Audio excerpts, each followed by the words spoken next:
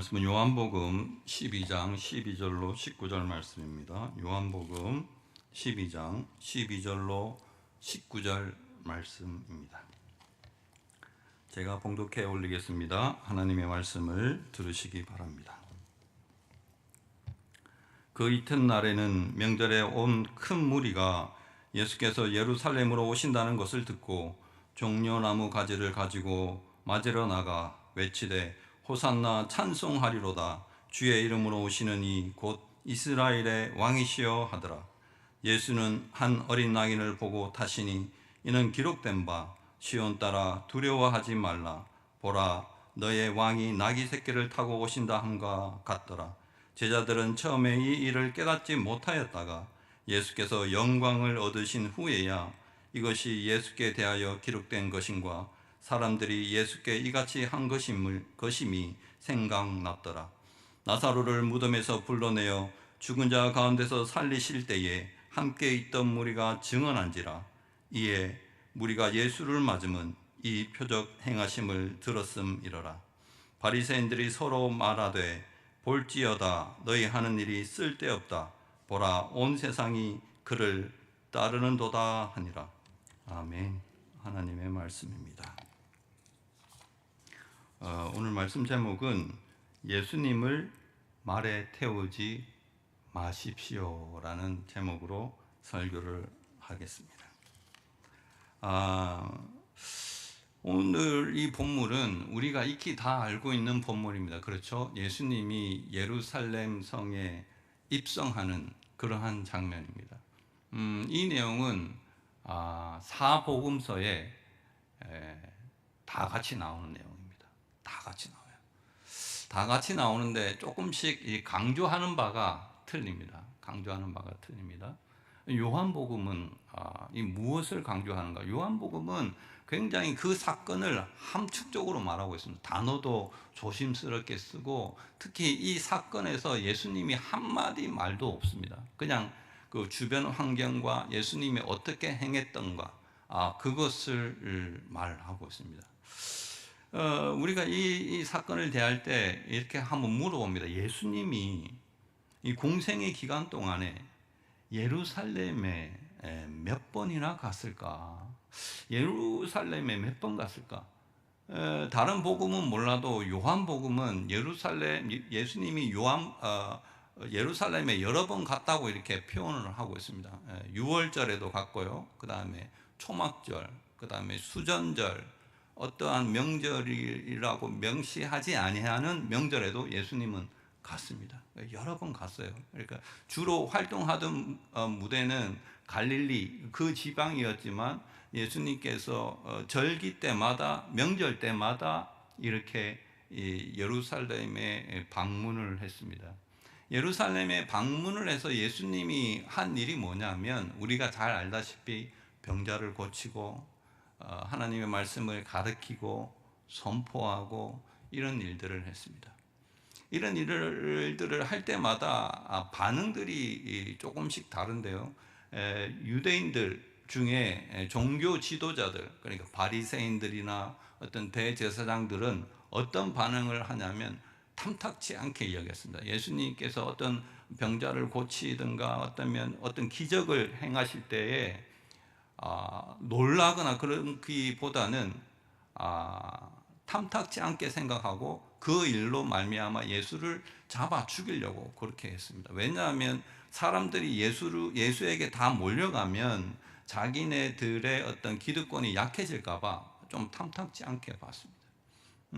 반면에 유대인들은 그 기적 앞에서 굉장히 놀래 있습니다.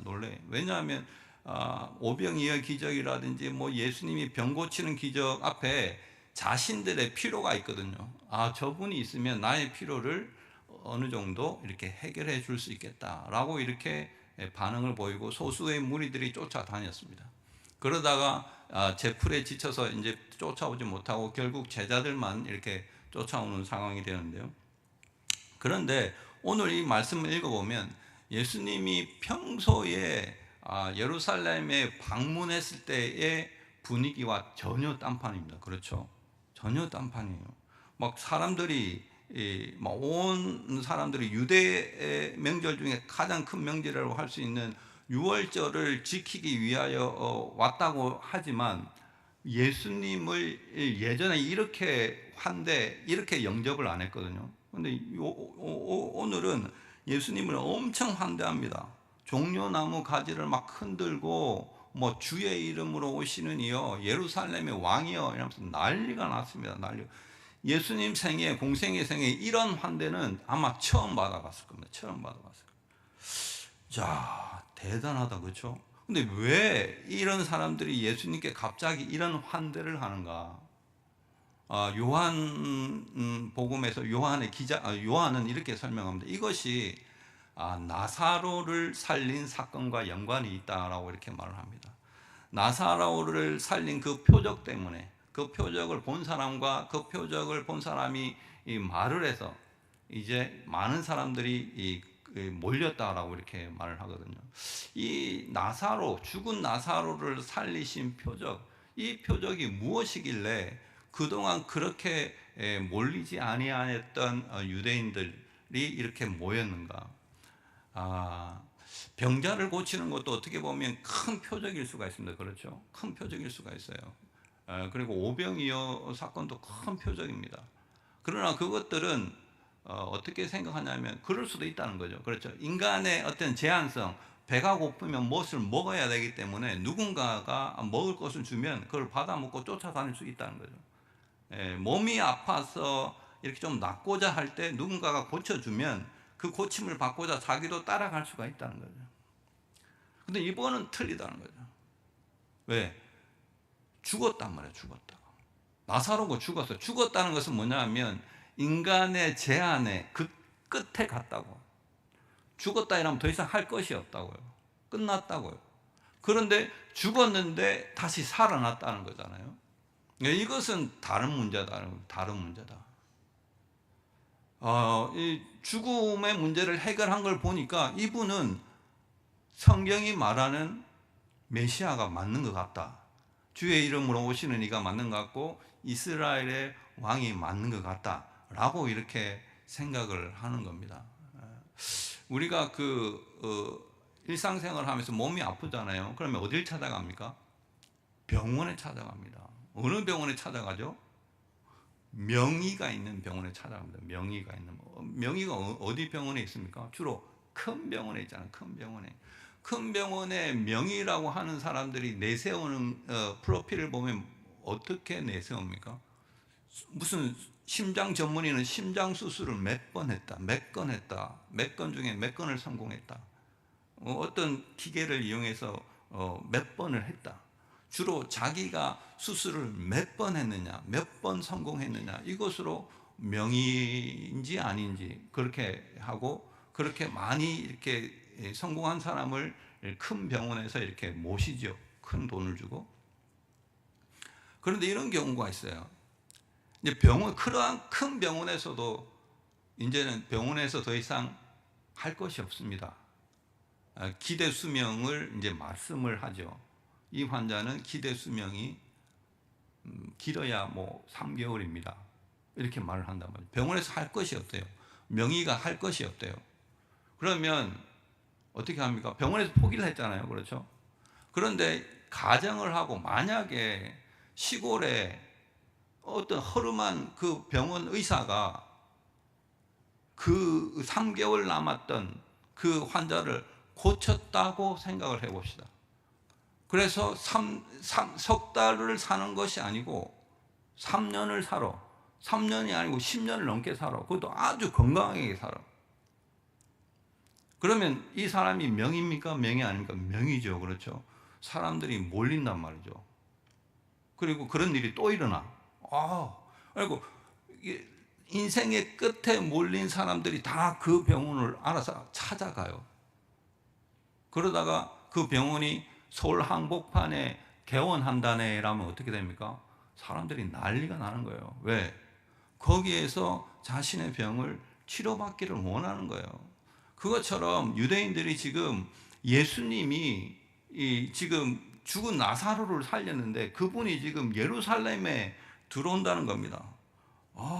이 사람들은 무엇 때문에 이렇게 환호를 할까? 이겁니다, 이거. 이제 끝났다. 무엇이 끝났을까요?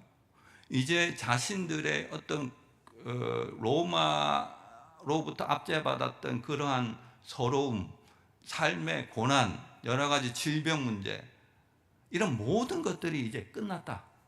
왜? 성경에서 말하는 메시아가 왔기 때문에 끝났다. 이제 우리는 끝났고 상황이 이제 역전될 것이다.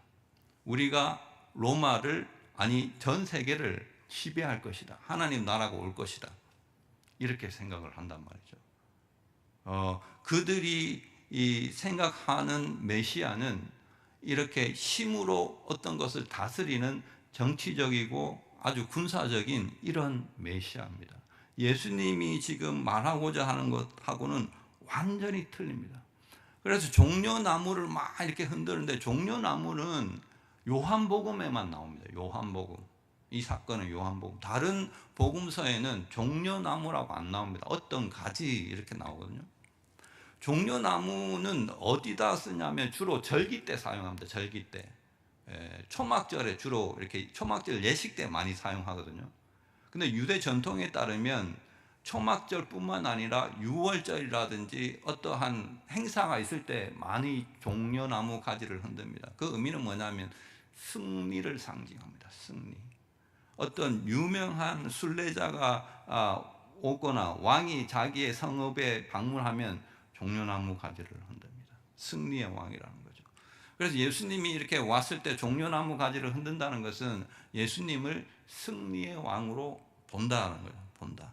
그게 호산나라고 이렇게 외치잖아요. 호산나. 이 히브리 말입니다. 히브리 말인데 변환돼서 이제 호산나 이렇게 말하는데 구원해 주세요라는, 구원해 주세요. 호산나, 구원해 주세요. 이제 우리가 로마의 이런 압제로부터 모든 것을 구원해 주시고 이제 우리로 하여금 살만하게 해 주세요. 살만하게. 이러한 예수님은 이러한 그 자신을 정치적으로 또는 군사적으로 보는 이런 외침 앞에 예수님은 어떻게 하는가? 어떻게 하는가? 어떻게 했을까요? 조용히 안 하나? 이렇게 했을까요? 그렇게 말 안 합니다. 이 외침 앞에 예수님의 행동을 보면 조금 이상합니다. 이상해. 예전에 예수님은 이러한 외침, 자신을 거짓으로 이렇게 보고 이렇게 외치는 외침, 예를 들면 오병이어의 기적, 요한복음 6장에 가면 오병이어의 기적이 나옵니다. 그 기적을 일으키고 나서 사람들이 어떻게 했습니까? 예수님을 억지로 왕 삼으려고 했다고요. 왕 삼으려고. 그때 예수님이 어떻게 했어요? 도망갔다고요. 혼자 이렇게 산으로 도망갔다, 피하다시피 산으로 가셨다 이렇게 되어 있거든요. 왜 예수님은 그때 산으로 가셨는가? 이들이 지금 먹고 마시는 문제를 해결한다고 해서 하나님 앞에 온전히 살아갈 수가 없다는 것을 알고 있단 말이죠. 그런데 이들이 지금 원하는 것은 먹고 마시는 왕을 구한단 말이죠. 그래서 이제 예수님은 피한 겁니다. 그런데 오늘 이 외침은 예수님은 피하지가 않아요. 왜? 정치적 군사적 메시아로 알고 호산나 주의 이름으로 오시는 이여 우리를 구원해 달라고, 이스라엘 왕이여 이렇게 외치는 이 외침 속에 예수님은 도망가지 않습니다. 왜 도망가지 않을까? 거짓으로 외치는데. 예수님은 그 왕의 자리를 도망간 것이 아니고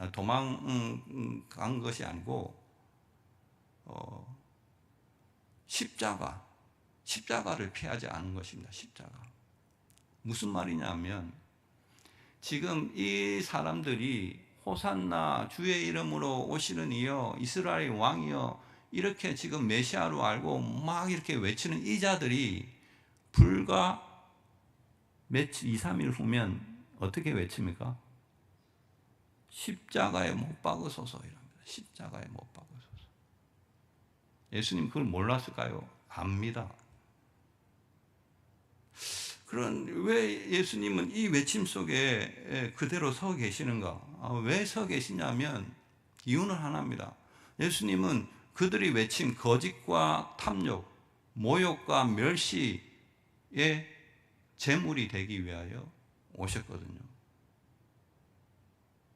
이게 큰 아이러니입니다. 아이러니. 왜 아이러니냐면 거짓과 탐욕, 이러한 모욕과 멸시, 이런 것들을 심판해야 될 자가 바로 예수 그리스도입니다. 예수 그리스도. 그런데 그것을 심판해야 될 자가 오히려 심판을 당하는 위치에 있다는 거죠. 만물을 창조하신 하나님이 피조물에게 심판을 당한다. 이런 모순은 있을 수가 없는 일이죠. 그러나 왜 예수님은 그렇게 하여야만 했는가? 그렇게 해야 저들이 살기 때문입니다. 그렇게 해야. 그렇게 해야 우리가 살기 때문입니다. 이러한 모순을 보고 우리는 이러한 모순을 감당할 수 있겠는가? 왜 이런 질문을 던지냐면 예수 그리스도는 우리 때문에 이런 모순을 감당하셨거든요. 그러면 우리는 응당 예수 그리스도 때문에 이 모순을 감당해야 된단 말이죠. 감당할 수 있는가? 예수 그리스도만을 믿고 신뢰한다고 해서 어떤 것이 해결되고 이런 것이 아닌데도 불구하고 꾸역꾸역 이렇게 예배의 자리로 나온단 말입니다. 그래서 사람들이 참 미련스럽다, 참 무능력하네, 이런 말을 한다고요. 그거를 갖다가 참아내는 거예요. 왜? 예수님 때문에 그걸 참아내는 거죠. 그리고 우리가 나름 하나님의 말씀이 안에 있기 때문에 정직하게 살라고 나름 애씀에도 불구하고 그 정직하게 삶으로 말미암아 이렇게 받는 손해, 부당한 대우, 이런 것 또한 우리가 감당해야 될 모순이라는 거죠. 왜 하나님 내한테 이러한 일이 일어나는가요? 내가 하나님 말씀으로 정직하게 성실하게 사는데 왜 나한테 이런 손해를 보게 하시는가요? 그것이 예수님 때문에 감당해야 될 모순된 우리의 삶입니다. 더욱이 속 터지고 천불 나는 것이 뭐냐 하면 정말로 우리를 괴롭히는 그런 사람들, 저 사람 때문에 우리 가정이 파탄이 나가지고 경제적 손실을 입었어요. 저 사람이 우리 아이를 몹쓰게 해가지고 우리 가정이 완전 깨져버렸어요. 이 질근질근 씹어서 삼켜도 속이 시원치 않은 저 사람을 축복해야 된다는 이런 모순을 우리가 감당해야 된다고. 왜 우리는 이러한 바보 같은 모순을 감당해야 되는가? 이게 바로 신자의 운명입니다. 운명. 어쩔 수가 없어요. 자, 그러면 예수님은 이 외침 속에, 거짓된 외침 속에, 이 모순 속에 어떠한 말도 없이 하나의 행위를 취합니다. 그 행위가 뭐냐면 나귀를 타는 거거든요. 나귀 새끼를 탑니다. 14절 15절 말씀인데 제가 읽어드리면, 예수는 한 어린 나귀를 보시고 타시니 이는 기록된 바 시온 따라 두려워하지 말라, 보라 너희 왕이 나귀 새끼를 타고 오신다 한 것 같더라. 예수님이 지금 계시는 곳은 어디냐면, 어디에서 지금 예루살렘으로 들어오냐면 나사로의 집 베다니에서 올라오고 합니다. 근데 그것이 예루살렘과 얼마 정도 떨어졌냐면 한 2, 3km 떨어졌어요. 여기에서 2, 3km면 저기 건국대 병원 거기까지 거리가 됩니다. 걸어서 한 2, 30분만 있으면 가는 거리, 눈으로 이렇게 보면 보이는 거리, 그 거리거든요. 그 거리를 왜 예수님은 굳이 나귀를 타셨는가? 왜 나귀를 타셨는가? 성경에서는 이렇게 말을 하죠. 그 구약에서 구약 스가랴 9장 9장에서 말하는 나귀 새끼를 타고 오신다. 그 말을 성취하기 위하여 예수님은 나귀 새끼를 타셨다. 100번 옳은 말씀입니다. 맞아요. 성취하셨다. 자, 그러면 왜 구약에서는 하고 많은 동물들 중에 왜 낙이 새끼야? 백마도 있고 다른 것도 있는데 왜 낙이 새끼를 타고 온다고 그렇게 기록을 해놨을까? 다른 것들로 기록하면 안 될까? 이 구약에서 말하는 낙이 새끼는 상징하는 바가 있습니다. 그것이 뭐냐면 두 개입니다. 두 개. 하나는 겸손이고 하나는 평화입니다. 평화. 그러면 예수님께서 우리에게 보이시고자 하는 것은 자신의 겸손함을 나타내기 위하여 낙이 새끼를 타고 오신다라고 우리가 이해를 하거든요. 자, 그러면 예수님께서는 낙이 새끼를 탐으로써 어떤 겸손함을 우리에게 보여주려고 그러지? 예수님은 충분히 백마 타고 오실 수 있는 분인데 겸손하게 보이려고 그냥 낙이 새끼를 타고 오는 걸까? 예를 드는 겁니다. 예를 들면 충분히 고급 승용차를 탈 수 있는데, 벤츠를 탈 수 있는데 겸손하게 보이려고 경차 타는 것인가? 다른 사람 만날 때는 벤츠 타고 가고 교회 올 때는 경차 타고 오고 이런 건가? 이런 건 우리 겸손 떤다고 그러죠. 겸손 떤다. 그거 아니다 말이죠. 그거 아니다. 그 예수님이 말하는 우리에게 보여주고자 하는 겸손은 무엇인가 하는 게 무엇인가? 예수님의 겸손은 감히 우리가 흉내낼 수도 없고 쫓아갈 수도 없는 겸손입니다. 그 겸손이 뭐냐 하면 십자가의 겸손입니다. 예수님께서 보여주고 하는 겸손은.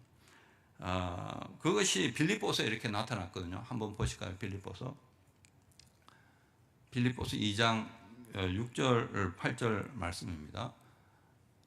자, 같이 한번 읽어볼까요? 시작. 그는 근본 하나님의 본체시나 하나님과 동등됨을 취할 것으로 여기지 아니하시고 오히려 자기를 비워 종의 형체를 가지사 사람들과 같이 되셨고 사람의 모양으로 나타나사 자기를 낮추시고 죽기까지 복종하셨으니 곧 십자가에 죽으십니다. 이것이 그리스도의 겸손입니다. 겸손. 이 겸손을 말하고자 하는 겁니다. 우리에게. 그러니까 십자가를 보면 우리가 무엇을 느껴야 되냐면 이런 겁니다. 이제 내 뜻대로 사는 것은 끝났다. 내 뜻대로 사는 것은 끝났다. 하나님 뜻대로 살아야 된다. 그것이 십자가의 겸손입니다. 예수님께서 십자가를 지시기 전에 어떻게 기도했습니까?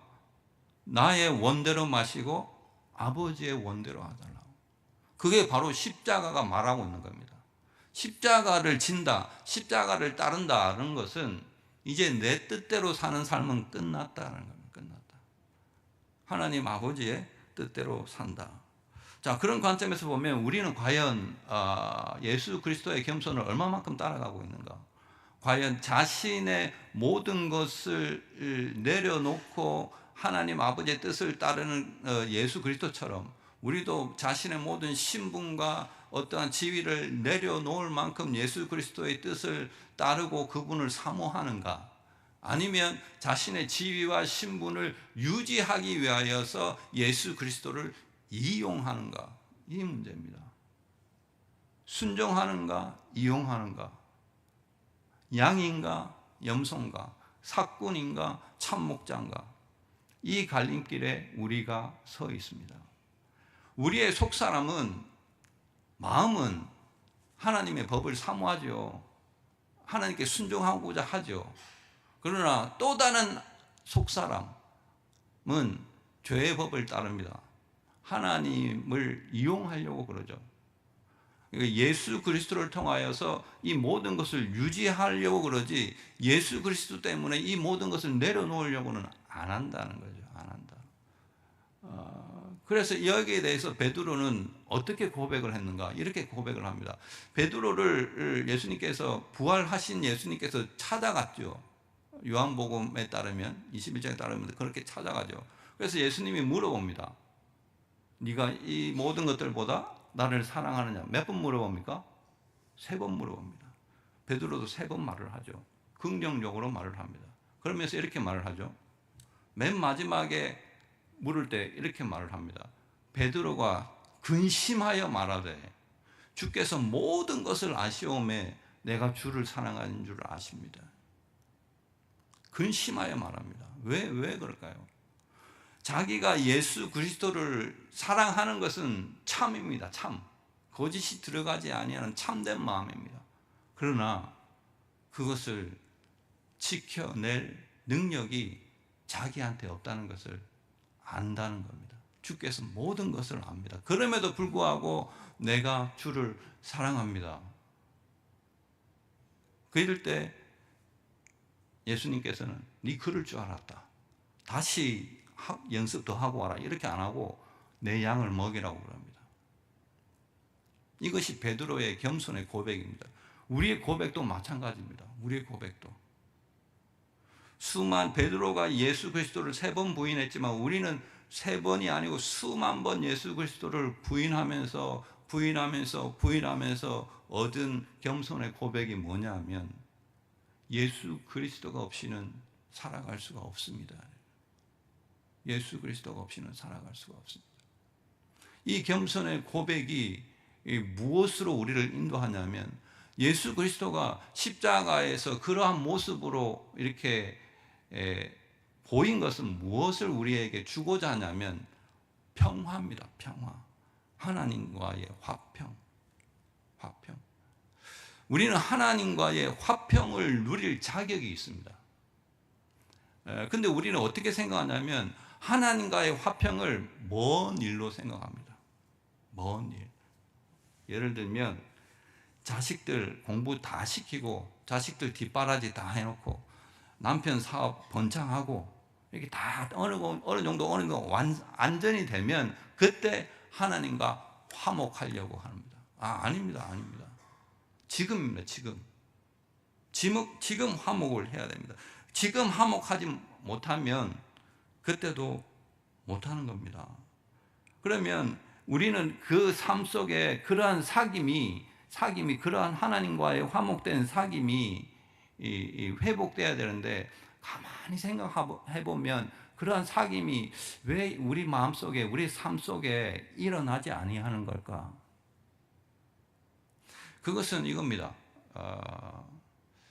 예수 그리스도 앞에서 자신이 얼마나 패역하고 자신이 얼마나 무능한지를 깨닫기보다는 예수 그리스도를 어떻게 해서든지 말에 태워가지고 자신의 필요를 충족시키고자 하는 겁니다. 예수 그리스도는 말을 타야 됩니다. 왜? 아직까지 우리에게 이루어지지 아니하는 그 모든 것들이 많거든요. 그래서 예수 그리스도는 나귀를 타면 안 돼. 예수 그리스도는 말을 타야 돼. 말을 타고 호령을 해야 된단 말이죠. 근데 그거 아십니까? 예수 그리스도께서 말을 태우려고 우리는 그토록 애를 쓰는데 예수님 이번만 말 한 번만 딱 타가지고 나 이거 좀 도와주세요라고 그렇게 애를 쓰는데 예수님은 단 한 번도 말을 타지 아니했다는 겁니다. 단 한 번도. 예수님은 말을 타서 세상의 왕처럼 그렇게 호령하는 분이 아니라는 겁니다. 그럼에도 불구하고 우리가 계속 예수를 말에 태우려고 하는 것은 솔직한 심정으로 말하면 우리가 말을 타고 싶은 겁니다. 우리가 말을 타가지고 세상을 호령하고 싶은 겁니다. 그렇기 때문에 하나님과의 사귐이 먼 미래일로 이렇게 가는 겁니다. 이 부분에서 말씀드리고자 하는 것은 뭐냐면 이런 것입니다. 그러한 모든 것들이 예수를 말에 태우고자 하는 모든 것들이 어떠한 것인가를 예수님은 바리새인의 입술을 통해서 말을 합니다. 바리새인들의 입술. 바리새인들이 19절에 이렇게 말을 하거든요. 바리새인들이 서로 말하되 볼지어다 너희 하는 일이 쓸데없다. 보라 온 세상이 그를 따르는도다. 쓸데없다 합니다. 쓸데없다. 너희 하는 일이 쓸데없다. 너희 하는 일이 쓸데없다는 것이 무슨 말이냐면 바리새인들과 대제사장이 예수를 잡아 죽이려고 하는 그런 일들이 이제 쓸데가 없다고. 많은 사람을 부인하려고 하는 일들이 일어나고 있는가? 일어나고 있다. 어디에서 일어나고 있는가? 불신자들이 예수를 죽이려고 하고 부인하려고 그러는가? 아니다는 거예요. 예나 지금이나 예수를 부인하는 것들은 하나님을 믿는다고 하는 자들 속에서 일어납니다.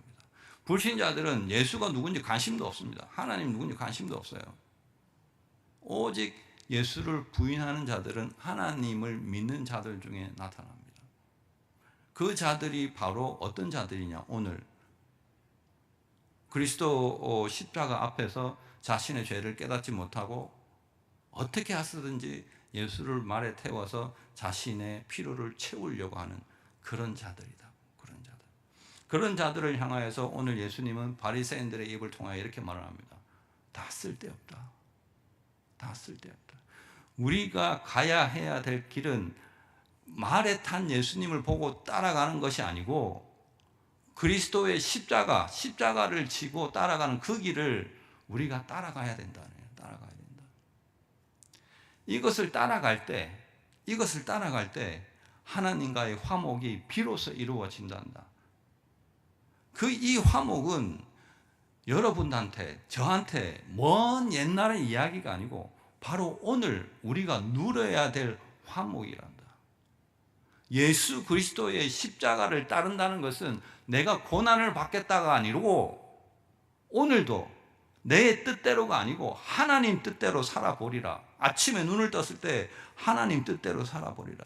어떠한 상황에 처했을 때 어떤 것을 판단할 때 나의 유익을 쫓아 판단하는 것이 아니고 하나님의 뜻대로 판단하리라. 그것이 손해가 된다 할지라도 그것 하리라고. 다른 사람은 미련한 놈, 못난 놈, 세상을 진짜 깝깝하게 사네 라고 해도 우리는 그 길을 가리라. 왜? 그걸 통하여서만 하나님과의 화평을 맛볼 수 있기 때문입니다. 그걸 통하여서 신자들만이 맛볼 수 있는 화평입니다. 정말입니다. 그러니까 저와 여러분들은 이 화평을 오늘 또 오늘 계속해서 누려야 됩니다. 어떻게? 그리스도를 쫓아감으로, 나귀를 탄 그리스도를 쫓아감으로, 어디까지? 십자가까지 쫓아감으로 그리스도와 하나님과의 화평을 누리는 저와 여러분들이 되시기를 주님의 이름으로 축원합니다. 기도하겠습니다. 하나님 아버지, 은혜를 감사합니다. 오늘 우리를 통하여서 깨닫게 하여 주시고 밝히 보게 하여 주시옵소서. 오늘의 우리의 삶 가운데 예수 그리스도를 말에 태워 우리의 필요를 충족하려는 것이 아닌지 돌아보게 하여 주시고 겸손히 그리스도의 무릎 앞에 무릎 꿇고 우리의 죄를 구함으로 말미암아 그 십자가의 길을 걸어가게 하여 주시옵소서. 그 길이 녹록치 않다 하더라도 예수 그리스도가 함께 하고 있으니 능히 걸어갈 수 있을 줄 믿사오니 성령 하나님, 우리의 삶 가운데 이런 힘을 더하여 주시옵소서. 삶 가운데 우리가 누려야 될 여러 가지 모순을 하나님 믿음을 주셔서 감당하게 하여 주시고 그것을 감당해낼 때 신자만이 누리는 하나님과의 화평을 맛보게 하여 주옵소서. 감사하며 예수님의 이름으로 기도드리옵나이다. 아멘.